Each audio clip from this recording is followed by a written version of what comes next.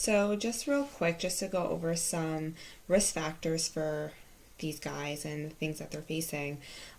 Increase in disciplinary infractions is a risk factor for them. It can actually hinder their parole board, which then can actually impact their time to leave if they're having increased disciplinary tickets, as mentioned.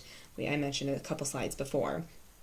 Another risk factor is any type of suicidal or homicidal ideations or attempts that they have had.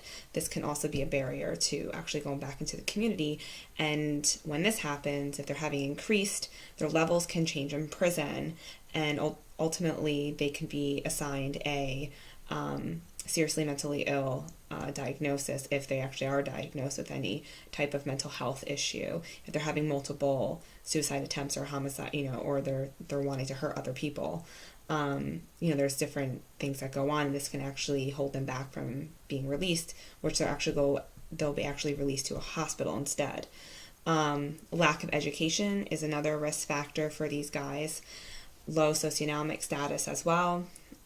Little and no family support is a big thing for them, especially for there's individuals who have had families and their parents themselves, and they're having significant issues, and societal view on them. This is a big thing for the offender.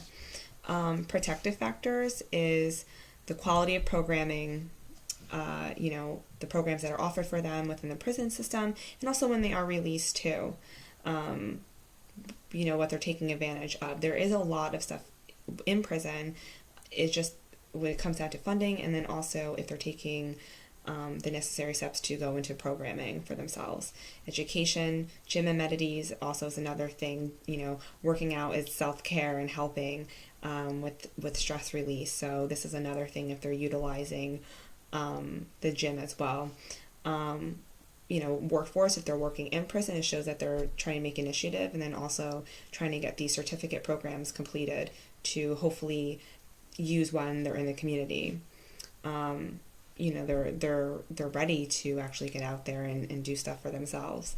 And then family support, if they have a high percentage of family support, is a big thing.